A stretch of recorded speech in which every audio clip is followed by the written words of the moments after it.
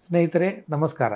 ಕಳೆದ 3 ವರ್ಷಗಳಿಂದ ಕಥಾ ಸ್ಪರ್ಧೆಯನ್ನು ನಡೆಸ್ತಾ ಬಂದಿರುವ ಬುಕ್ಬ್ರಹ್ಮ ಈ ಬಾರಿ 4ನೇ ಸಲ ಸ್ವಾತಂತ್ರ್ಯೋತ್ಸವ ಕಥಾ ಸ್ಪರ್ಧೆಯನ್ನು ಆಯೋಜಿಸಿದೆ.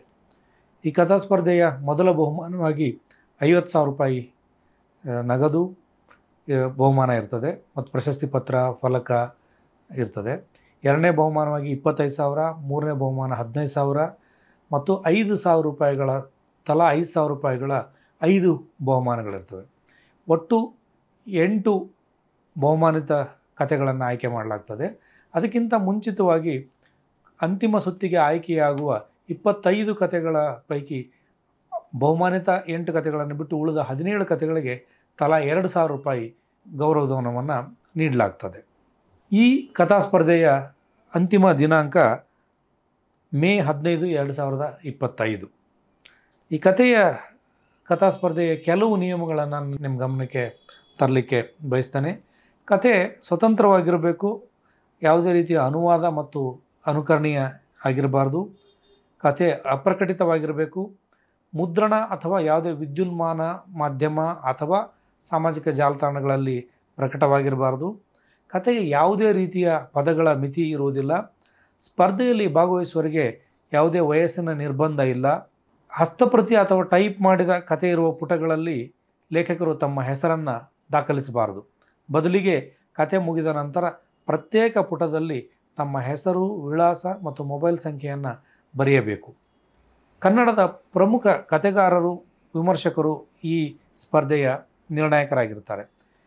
ಮೇ 15ರಂದು ಕಥೆಗಳನ್ನು ಕಳಿಸಲು ಕೊನೆಯ ದಿನಾಂಕ. ಈಗಾಗಲೇ ನಾನು ಪ್ರಸ್ತಾಪ ಮಾಡಿದಾಗೆ 2025 ಮೇ 15 ಕಥೆಗಳನ್ನು ಕಳಿಸಲು ಕೊನೆಯ ದಿನ. ಜುಲೈ 6ನೇ ತಾರೀಕು ಅಂತಿಮ ಸುತ್ತನ್ನು ಪ್ರವೇಶಿಸುವ 25 ಕಥೆಗಾರರ ಹೆಸರುಗಳನ್ನು ಪ್ರಕಟಿಸಲಾಗ್ತದೆ. 2025 ಆಗಸ್ಟ್ 8, 9, 10ರಂದು ನಡೆಯುವ ಬುಕ್ಬ್ರಹ್ಮ ಸಾಹಿತ್ಯೋತ್ಸವದಲ್ಲಿ ಅಂತಿಮ ಸುತ್ತಿಗೆ ಆಯ್ಕೆಯಾದ ಕಥೆಗಳ ಘೋಷಣೆ ಮತ್ತು ಅಂತಿಮ ಸುತ್ತಿನಲ್ಲಿ ಆಯ್ಕೆಯಾದ ಬಹುಮಾನಿತ ಕಥೆಗಳ ಪ್ರಶಸ್ತಿಯ ಪ್ರಕಟಣೆ ಮತ್ತು ವಿತರಣೆಯನ್ನು ಕೂಡ ಮಾಡಲಾಗ್ತದೆ. ಒಬ್ಬರು ಒಂದು ಕಥೆಯನ್ನು ಮಾತ್ರ ಕಳಿಸ್ಬೋದು. ಈ ತಮ್ಮ ಕಥೆಗಳನ್ನು ಇಮೇಲ್ ಮೂಲಕ ನುಡಿ ಅಥವಾ ಯೂನಿಕೋಡ್ ಫಾಂಟ್ ಬಳಸಿ ಕಳಿಸ್ಬೋದು. ನಮಗೆ bbks2025@bookbrahma.com ಈ ಇಮೇಲ್ ವಿಳಾಸಕ್ಕೆ ಕಳಿಸ್ಬೋದು.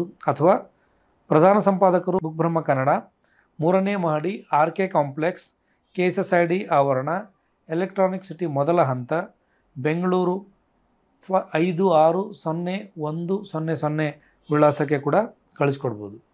ಆಸಕ್ತರು ಹೆಚ್ಚಿನ ಮಾಹಿತಿಗಾಗಿ ಈ ಕೆಳಗಿನ ಈ ದೂರವಾಣಿಯನ್ನು ಸಂಪರ್ಕಿಸಬಹುದು.